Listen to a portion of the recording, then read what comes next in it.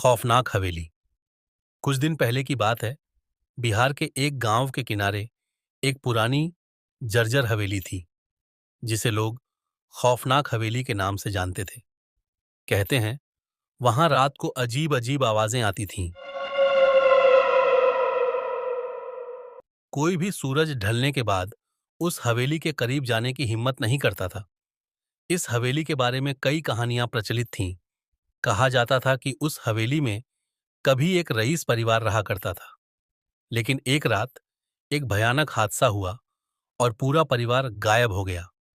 तब से उस हवेली में आत्माओं का वास बताया जाता है। एक बार गांव के 3 दोस्त राहुल, विक्रम और निखिल ने उस हवेली की सच्चाई जानने की ठानी। गांव वालों ने उन्हें बहुत समझाया, लेकिन वे नहीं माने।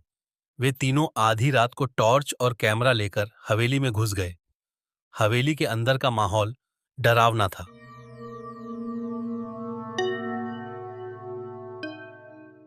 टूटे हुए फर्नीचर, दीवारों पर लगे पुराने चित्र और सन्नाटे में हवा की सरसराहट ने उनके रोंगटे खड़े कर दिए।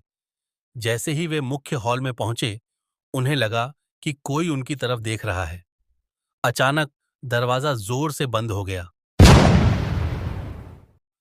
तीनों डर के मारे इधर उधर भागने लगे। तभी एक कोने से एक भयानक आवाज आई। कौन है? यहां से चले जाओ। राहुल ने टॉर्च उस तरफ घुमाई, लेकिन कुछ नहीं दिखा। तभी विक्रम ने देखा कि सीढ़ियों से नीचे कोई साया उतर रहा है। साया धीरे धीरे उनकी ओर बढ़ने लगा। डर के मारे तीनों ने भागने की कोशिश की, लेकिन दरवाजा बंद था। साया उनके पास आकर रुका। वह एक बूढ़ा आदमी था जो फटे पुराने कपड़े पहने हुए था। उसने कहा, डरो मत, मैं इस हवेली का चौकीदार हूं। जो लोग यहां आते हैं मैं उन्हें डराकर भगा देता हूं, ताकि वे यहां की सच्चाई न जान पाएं। राहुल ने हिम्मत करके पूछा, यहां की सच्चाई क्या है? चौकीदार ने बताया कि रईस परिवार के गायब होने के पीछे गांव के ही कुछ लोगों का हाथ था।